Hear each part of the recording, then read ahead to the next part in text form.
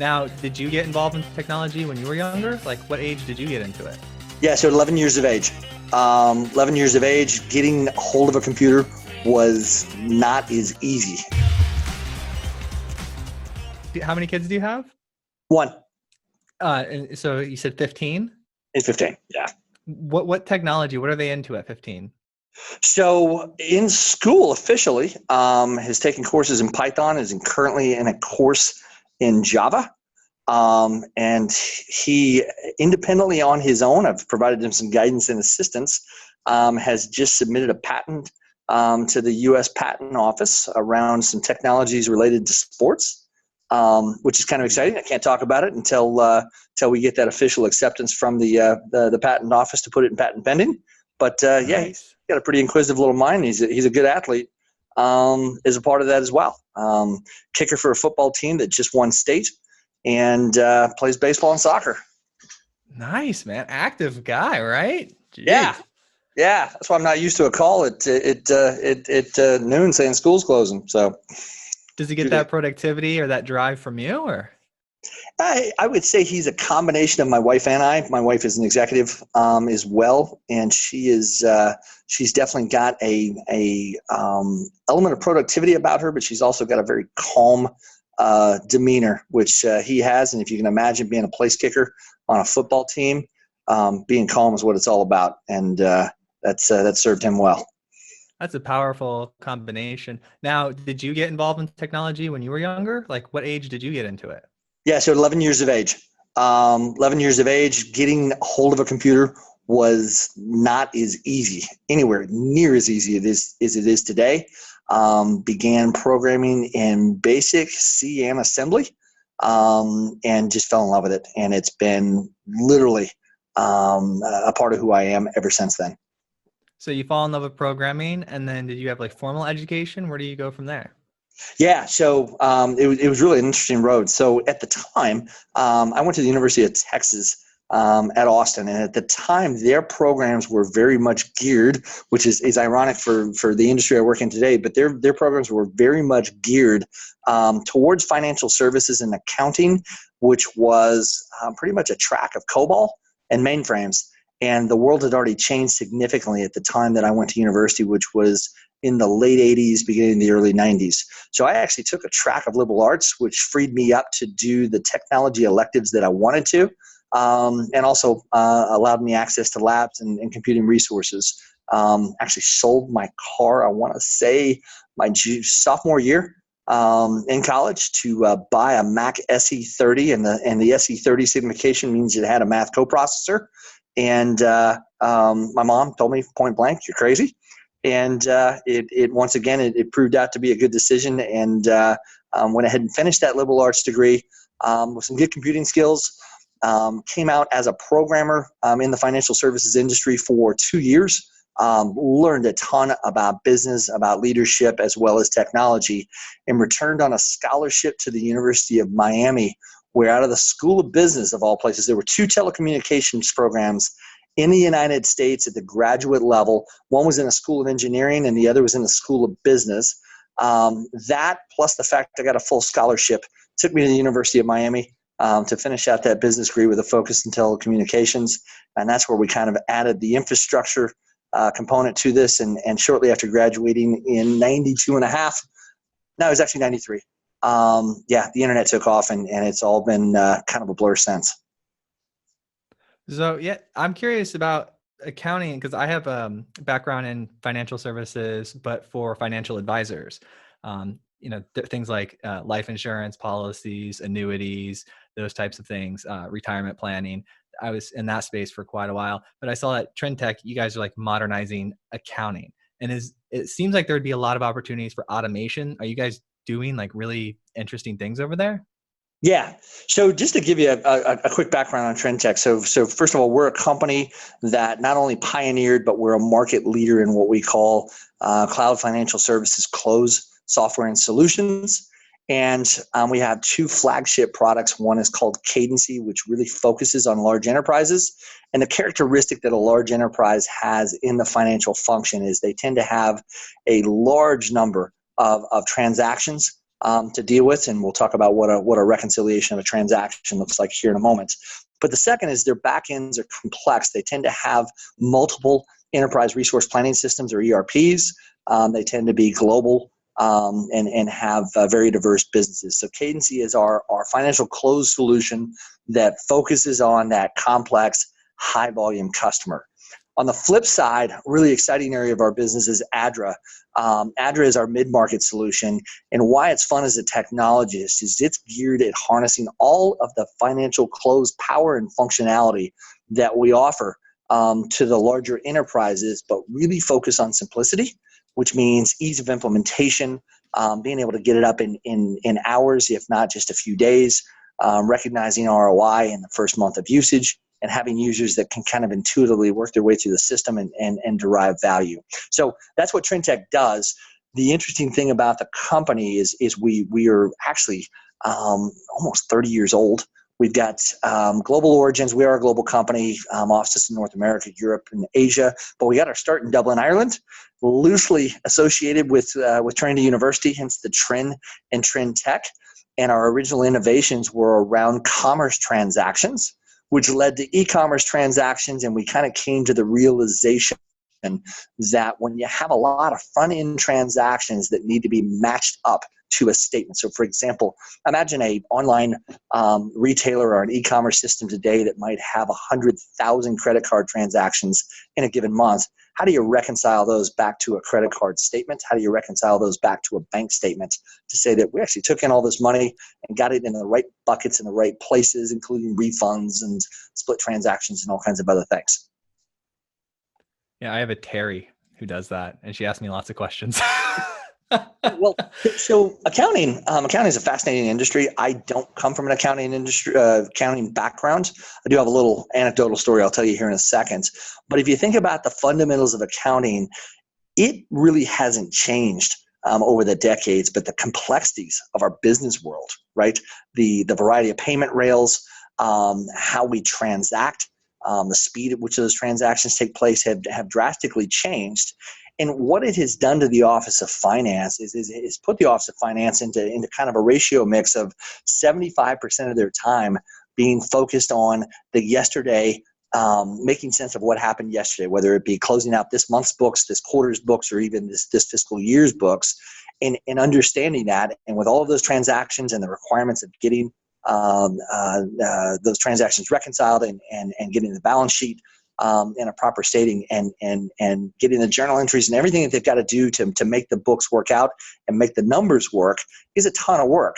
And our goal at Trintech is to flip that and say, if we can use automation, if we can use technology, if we can use the business knowledge that you've already created over months and quarters and years of accounting work, to have automation do that for you and give you back 75% of your time, what can you as a bright mind do by analyzing the business and looking forward into the challenges the businesses might face in these really dynamic economies? In light of the innovation that's taking place today, how can you be a forward-thinking financial asset versus kind of being mired in the drudgery tasks of the past? No, we have similar minds, I think. And we're on the same page here, my friend. I'm curious though, ADRA, that sounds like a cool name. Sounds very modern and reminds me of Ad Astra. But how did you come up with it? Yeah, so we actually acquired the ADRA business unit out of Europe. It was a company based in Norway, and we still have that leadership intact. And in fact, my leaders who work on not only the engineering of that product, but also operating that product are based in Norway today. It's a cool name. They've got cool graphics that were originally associated with it. If you've ever been to Oslo, Norway, and know kind of the coolness of that city, as soon as you hop off the train, the offices are in walking distance, and you can see the logo up on the building, and you walk in, and there's this coolness all about it. But what is really rewarding about that solution set is they have built that using some really great technologies, continue to evolve it.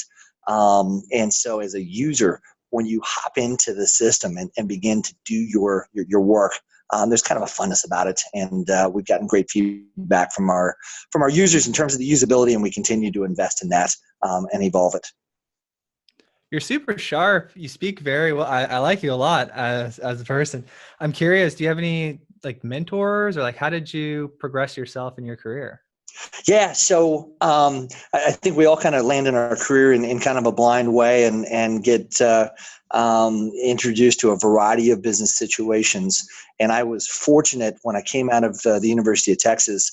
I worked for a guy, I'll call him out by name. His name is Ben Wills, one of the best leaders I've ever reported to. And Ben was the guy who taught me some of the general guidance as a leader, how to deal with failing fast, how to deal with challenging situations, how to lead people along, use communication as a tool. I'll never forget, there was we were in the back end processing of the U.S. mortgage business, and so there was a lot of opportunity to harness computing power and get rid of paper. And I'll never forget, one day I was 22 years old, and he sent me to go meet with an SVP in another part of the business, and he said, "Hey, I need you to go explain to him what we're doing, what the business value is, the benefit to the company, and what it's going to do to us from a revenue perspective, and try to lead him along." And I looked at my boss, who was senior to this guy, and said, "Well, why do I have to go explain that to him? Can't we just go tell him this is what we're going to do?" He said, "We could, but he's not going to be a part of the team then. He's probably going to fight you on it. And I need to build this team across the organization, and I need success here." And I can tell you that lesson alone, I use on a daily basis. In my current job, I've used it in every job since then. So yeah, Ben introduced me to other inspirational sources, such as he gave me my first Michael Lewis book, Liar's Poker, which was about the mortgage industry, and it came full circle with The Big Short. Obviously, Lewis has written a ton of great books in between those. And he just opened my eyes to the world of business and the impact that technology could have on business. So as a CTO, like how do you see the role has evolved, or how do you see it continually evolving? Yeah, so the CTO role can be a nebulous one. If you were to go out to an Indeed or a LinkedIn today and look at postings for a chief technology officer, it could range anywhere from a very hands-on person that is side-by-side coding with developers to all the way to a position like we have structured the position here at Trintech, which is a leadership role. And so at Trintech, as a part of the executive leadership team, I've got end-to-end responsibility for our software engineering capacity, both in large enterprise and mid-market, as well as our SaaS operations in both our private and public cloud operating environments. InfoSec is a part of the responsibility as well, and I've got a really, really competent and progressive InfoSec team that reports to me, as well as our internal IT function. And I think each one of those areas is evolving so dynamically that a CTO today, to be successful, needs to, and I'll borrow kind of some guidance from a chapter in a book by a woman named Shannon Waller. It's called the Team Success Handbook. And she really talks about like who we are, right, is kind of three things. One, your CV or your resume of the past, it's going to have all the great things that you've done. And yes, it's a fact that I worked for Microsoft for a decade. And yes, it's a fact that I've worked in a 12 million end user SaaS solution based out of Silicon Valley. But those are really just kind of tools on the shelf. And if you are building who you are based on that past, that's not the right way to look at it.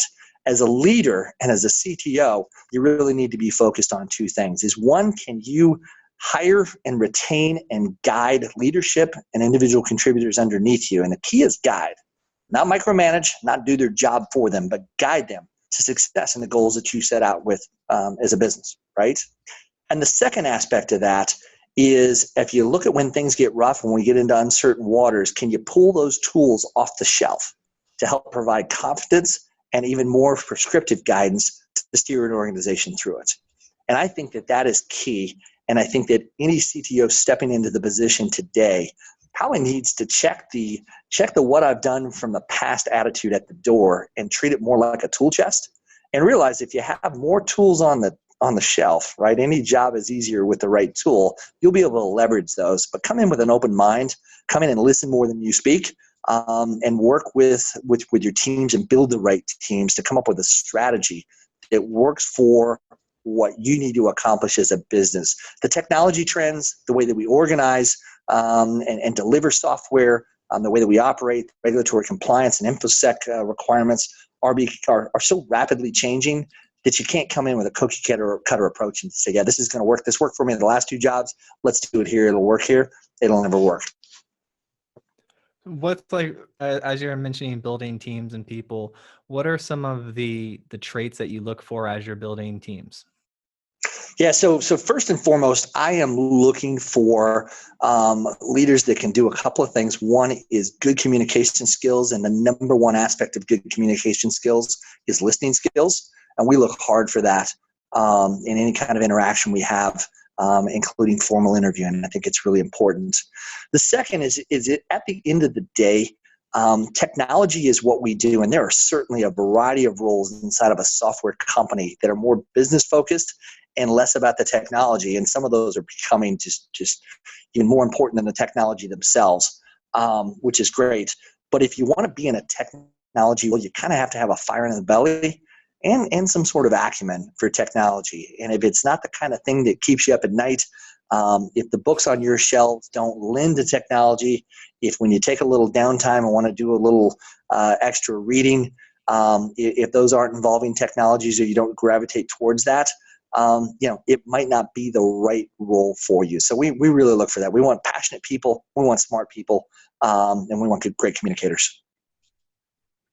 I love it. This is great. I get excited when people, like, I get to interview so many different people, and some people are, it's rare, but they're like you and they have like just great answers and they're succinct and they're articulate and you can just tell that they're incredibly professional. And then I'm always like, man, I need like deeper questions. You might. No, but this is absolute pleasure. Well, no, I'm appreciating the dialogue myself. Don't give me any deeper questions. I might change the perception of me. All right. So go ahead. No, go ahead. Okay. So let's talk a little bit about what you're pumped up for 2020. We just had the new year. What are you really excited about this year? Yeah. So there's a ton at Trintech that I'm excited about, and there's a ton in the industry. And before I go into that, I kind of want to level set a view I have on innovation. We are in an era where, because of technology, because of past investments in technology, the ability to innovate is becoming easier. We're having shorter innovation cycles. We're able to see the return on investment from innovation faster than I think I've ever seen in my career. It's a great thing. It's also a dangerous thing as well, because at the end of the day, innovation needs to be not just about wow to you who innovated it, but it needs to be wow to somebody in our case, we're B2B software. It needs to be wow to our end users, to our end customers, and we need to be changing businesses for the better in a way that our end users are actually doing that versus us saying, hey, you're doing it all wrong, let's go do it a different way, and trying to fix what isn't broken through technology. So with that said, there are a couple of big themes that I see out there. One is we've been talking data since the beginning of time. We've looked at data in hierarchical databases, relational databases, unstructured data, and it's all been a great evolution. It's all been a great conversation, but we finally got the computing horsepower, and through both the commercial software investments as well as the open source communities, we finally have what we need to derive value from big data. And so if you think about a company like Trintech that is in the middle of the financial transactions of each one of our customers, we have the ability for our customers. We don't like aggregate data or anonymize data or try to do anything from a data perspective that would be combining multiple customers' data for value. We've got enough data in any one individual customer to work with them and provide that data back to them to, first and foremost, help them be more efficient with their financial close process. But the second is our ability to detect anomalies in the system, whether something's changed, whether a vendor has misbilled something, whether we're treating this differently than we had in the past, or whether there might be an element of fraud in there. That power is here and it's now. And so I'm really excited about data and what we can do with data. If you take that data and then introduce artificial intelligence to it and be able to look for trends across financial data inside of a company. There's a lot that we can do to partner with our customers, and we're doing that in both our roadmaps for ADRA as well as our Cadency large enterprise solution. So we're really excited about that. Last, automation is key. So if you think about that flip from 75% of your time going through matching things up and posting things and making the books right, to flipping that to 25% doing that and 75% analysis and strategic work. Automation is your friend, and with not only the investments in bots and automation technologies that you're seeing just become horizontal mainstream in the market today, but when you combine that with our view on AI and risk intelligence, that makes for a really powerful solution. So you will see Trintech is a leader in risk intelligent robotics and how we apply that to the financial close process and make businesses better, make them more effective, make them more accurate, make their closes quicker, and most importantly, enable those great minds in the Department of Finance to do even more strategic work and further improve their businesses. Yeah, and you can gain a lot of insights by spending time with your customers. Do you personally spend time with some of your top customers? So I personally have always been a very customer-centric person, and I was raised that way as a kid. I think one of the great matches that I found, and I've been at Trintech for 2 years now, but when the job myself was this is a very, very customer-centric company. I've got a peer in product management. His name is Michael Ross, a great product management leader, and we really rely on a fact base. We rely on customer input, customer-led innovation, and kind of subscribe to that nothing important really happens inside of these four walls. You've got to get outside these four walls to understand how to make our product better and how to better serve our customers. So, for example, we have in the address space, we launched shortly after acquiring the company an innovation portal where our customers are able to submit their ideas on how to make the product better. And one of the fun things in the SaaS software business is even if a customer submits something that is a tactical, maybe incremental change to what you're doing, it can spark ideas from us, allow us to collaborate with them and say, hey, we hear you that you want to do A, but if A gets combined with B and C and you've got the option as to how you use that, can we implement that in the SaaS system across a variety of use cases, a variety of customers, industries, locations, languages, etc., to really make for some powerful innovation. I think we've had 60 ideas submitted since its inception, and we haven't delivered upon them. All of those are accounted for in our product roadmap in upcoming releases, which is really exciting.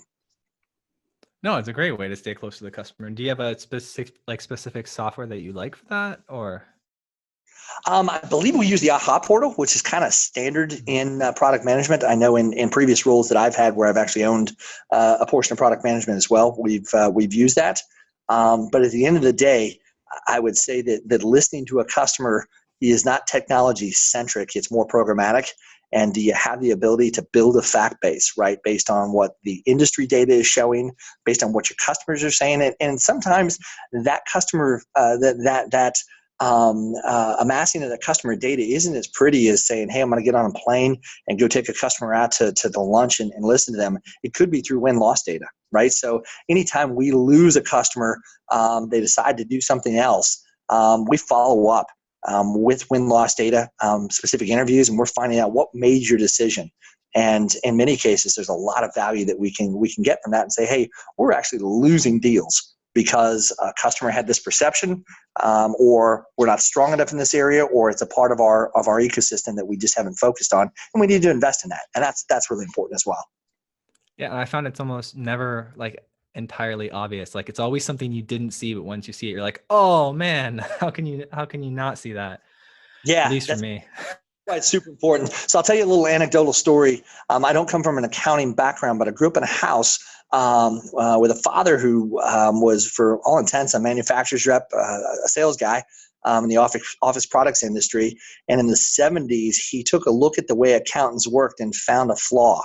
One is they tried to use a 12-inch ruler to navigate ledger paper. And second, the double underlining process when they were in a hurry didn't always work out. And you couldn't tell whether it was a single underline or a double underline. So he invented a ruler that was metric based, and it actually equated to 14 inches and some change that would traverse an entire side of a piece of ledger paper. And one side of the ruler had a squiggly line on it, so that a single underline was a single underline, a squiggly underline was a double underline. This took off in the US. When I got to the University of Texas, which had over 50,000 students, a really, really large and robust business school, big accounting program, it took about 9 months for people to figure out that I was a kid on campus that actually had access to these rulers. There were common requirements for internships with, at the time, was the Big Six. And there's an example of technology aside, looking at the accounting process, looking at how people work, looking at their frustration and listening to them and saying, can I make you more accurate, right? It's clear what's a double underline versus a single underline. And can I make you faster at what you do? Can I make you be able to use a single line across the paper versus trying to move a ruler and going from line 43 to line 44 in the ledger and actually making a mistake on your numbers? And innovation can be that easy. Obviously, accounting's changed. We don't use ledger paper anymore. The wiggly green ruler, as it was branded, is I've certainly got a few boxes in my house, but that's no longer how we do the financial close process. But the themes haven't changed. We're still looking at how to make the accountant more productive, and the best way to figure that out is to sit with them, watch them work, and listen to what their input is on how to make their job better. Preach. I love it. How did you meet Trintech? Like, how did that come about? Yeah. So it was actually a unique story. So I've been literally working since I was 12 years old. Cut lawns, worked during high school, worked during college, worked during graduate school, and was with a company based out of Silicon Valley that was acquired, and spent 3 years with them. And the tail end of that was a part of an integration that we were moving functions, including my function, to the greater Atlanta area. And we worked through that and made that transition happen, and actually decided to take, for the first time in my career, a few months off. My wife actually, she plays in the private equity space, and she had just done a divestiture of a company and was in a similar situation. So we decided to take the summer off. And, just kind of getting a little bored a couple weeks into it, flipping through some email. And I saw this mention of Trintech, went to their website, and I thought, Trintech, I know somebody from Trintech. And it turned out to be a father from my son's school. Our kids are in the same grade. When they came to the school, he actually came to the Dallas area for Trintech, and we'd taken them out to breakfast just to get to know them. And I said, I do know Trintech. And I gave him a call. We went and had a coffee, sat and talked a little bit. And I said, you know what, I'd like to meet the CEO. I'd like to talk to her. Her name is Teresa McIntosh. And I said, it'd be interesting to have a coffee. And my demeanor walking into it was, let's go have a coffee with Teresa and see how this goes. That coffee lasted 2.5 hours. I was almost late to a flight that I had to catch later that day. And I never forget calling up my wife and saying, we kind of talked about taking a few months off this summer, but the plans kind of changed, because that was an awesome conversation. And I want that job. And yeah, we're gonna take a hiatus on the hiatus, and went through the process, and lo and behold, a couple of months later, I joined the leadership team here. And I will make another statement about Trintech that is sincere. When people ask you, what was the kind of highlight of your career? In the software business as a technologist, high growth, exciting times. For me, it was in my mid-20s at Microsoft, in the decade that I spent there. It was a great time.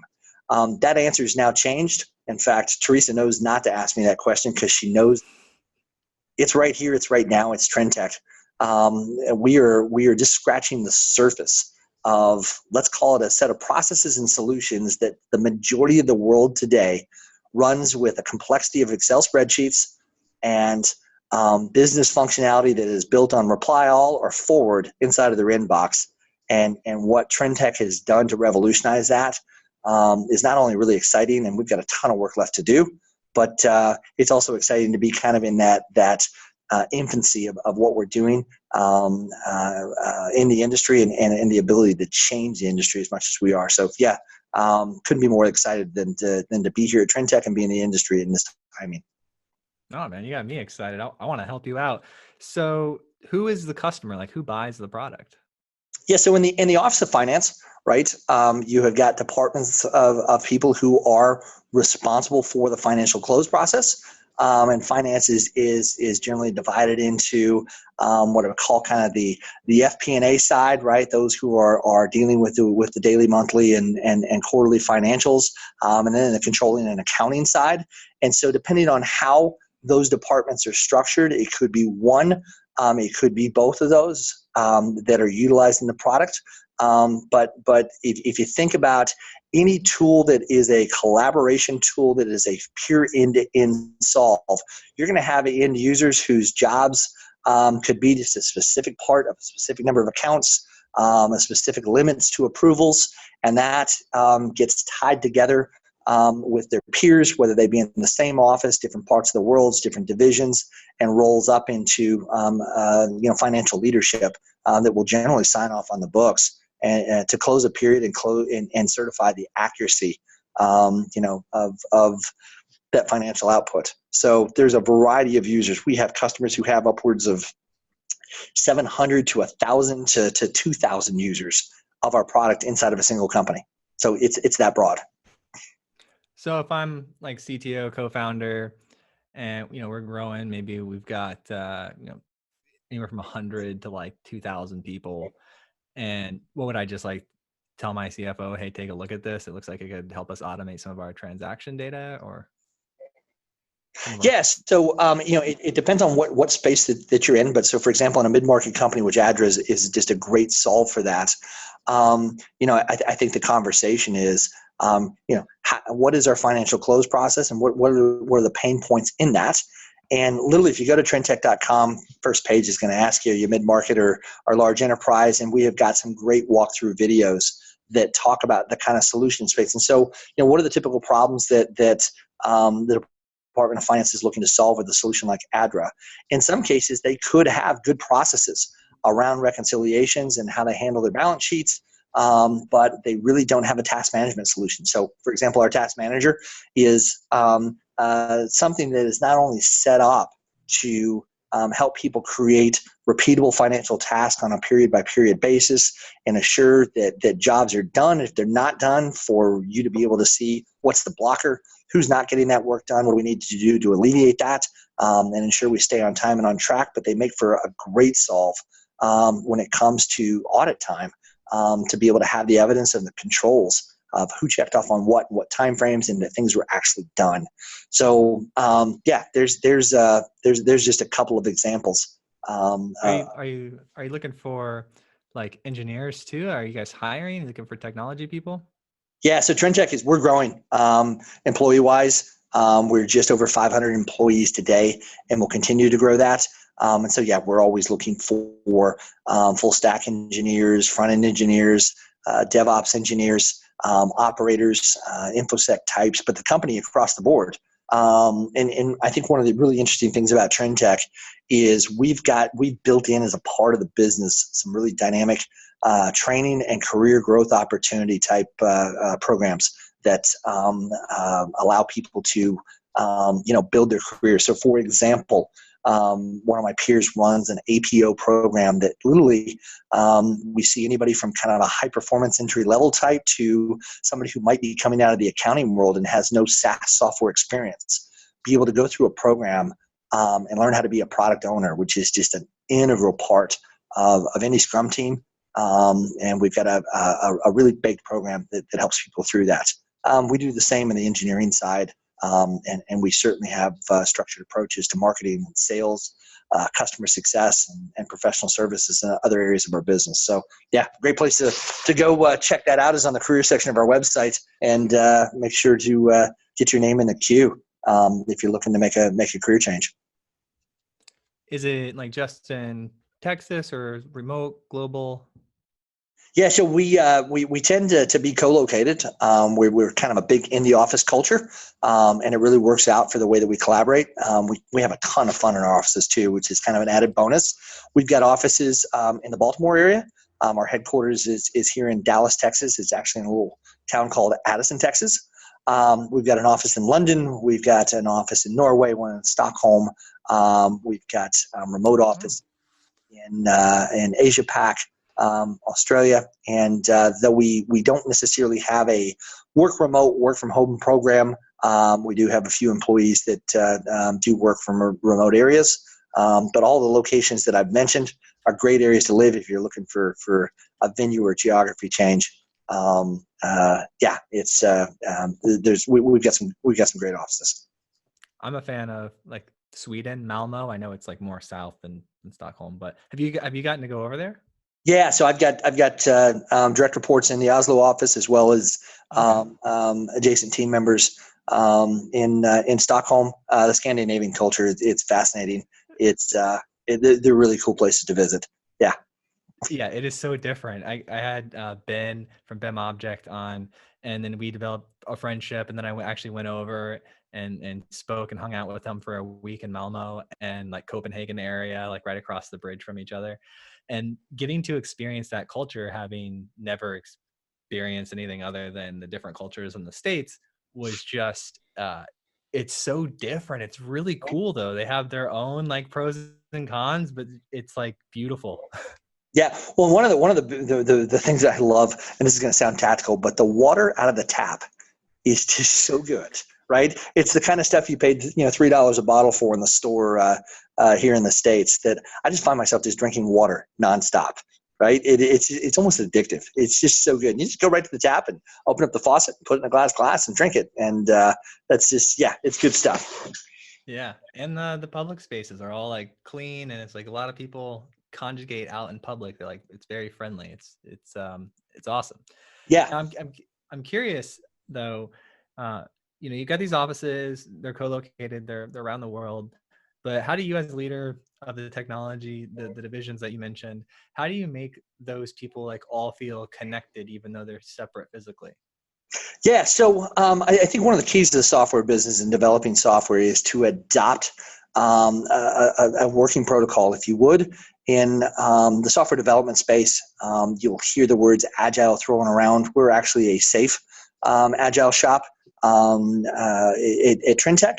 And it's interesting, when we acquired the Adra business, the Adra business was also an agile shop. They more gravitated towards what's kind of called a Spotify a framework of agile. And ironically, it was invented by Spotify, publicized by Spotify, and that came out of Norway as well.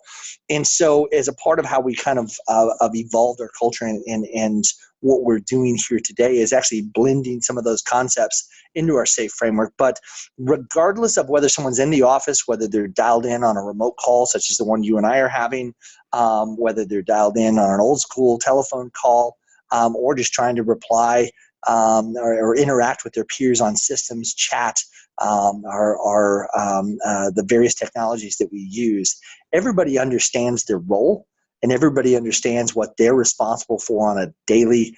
I could use words like weekly and monthly, but we actually have different words in the agile space to refer to our sprints and our product increments. But everybody understands how that works. So when you bring somebody new on board, they're going to have an understanding of how that works generally. But there are a ton of software shops that I've been exposed to, been brought into that will say they're agile, and they're kind of agile, but not really. And here at Trintech, we really, really subscribe to those frameworks. And it's really cool to watch people work because it's like athletes lining up on a basketball court on a football field. Everybody kind of knows their role and knows what they're responsible for. And it really takes a lot of let's call it stress and confusion out of the working environment, and allows people to have confidence in what they do, allows us to get things done for our customers on time, on budget, and on quality, and also allows us to have fun in the environment. And we have a ton of fun in this environment. Yeah, the common language thing is incredibly useful. Yeah, no, it's a must. It really and truly is, because if you aren't talking a common language, and if you aren't marching to a set of plans and know how to pivot in the right way when you have to exercise the agile component of agile, you can be back into the waters of failed software projects and stress software products and quality issues, and nobody wants to be there. So as we start to wrap up, I'm curious to know, like, how do you go about like mentoring your direct reports? So I'm a believer in kind of learn by experience, and it might sound old school, but I actually spent some time with Gartner this past year. An individual actually who kind of heads this up for Gartner, his name's Brent Castle, and we talked about what people today, whether they be newly graduates from college, people who are kind of going through the mid part of their career, or even people with more experience and are looking to grow, what really resonates with them. And the concept that Gartner used is called a brokered opportunity. And it's how do we work together, and how do we take some of the business as usual, or maybe some of the business as not usual task, projects, strategy work that come up, and be able to say, hey, every year, I'll give you an example. We go through budget at any software company. And the way that you budget in a software company is distinctly different than the way you would budget in a manufacturing company. And there's a lot of evolution that the accounting industry has had over the past decade as we've gravitated towards SaaS software. And so how do you work with a really up-and-coming direct report, or even somebody who's a couple of clicks down that wants to be a part of that? How do you let them drive that budget process with your guidance? How do you teach them some of the tricks of the trade and work with your finance department in terms of how we structure things and do things at the company? And what we find is, walking out of a experience like that, somebody not only learns a bunch, but they've also kind of earned a tick on their resume to say, yeah, I took a budget for an engineering department end to end. And there's an accolade for you. There's a tool on the tool shelf that we kind of referred to in an earlier conversation in this interview. Yeah, the finance thing is a component that I've seen not a lot of people have, and that education and that experience is like absolutely critical. Like P&L responsibilities or budget, I call them P&L responsibilities, but that's just an invaluable progression in your career. Yeah, but I mean, I think it goes well beyond finance. I'm a technologist at the end of the day, and I've had the fortune of working for big companies that did things in ways that were good then. I've worked in the open source communities. I've had a successful startup. And so to be able, from a technology perspective, and sit and work with somebody who maybe the majority of their career has been spent in commercial software and hasn't had much exposure to open source, to be able to introduce some of those concepts, the way things that those things work, the way that we position things, or even introduce open source technologies and work with those, is a lot of fun. And I certainly enjoy that aspect. And I'm still very hands-on from a technical perspective. Believe it or not, you'll find me from time to time in a bash shell.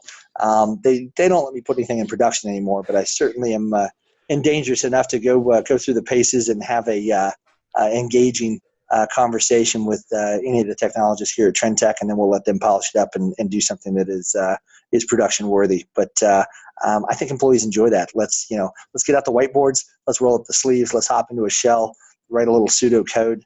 Let's explore the challenges that we face and solve them with technology. That's the way I looked at it when I was 11 years old. And now that I just turned 50, I really haven't looked at it any differently. I love it. You like to get things done. This is amazing. We did it. Thank you so much. I really appreciate you coming on and hanging out and talking about technology with me. Nah, not a problem. I appreciate it as well. Thank you so much, buddy. You have a wonderful day. Thanks for watching this interview. I hope it brought you a ton of value. If you liked it, give us a thumbs up. Don't forget to subscribe and leave your thoughts in the comments below. Tune in to the Modern CTO channel weekly for more amazing videos just like this one.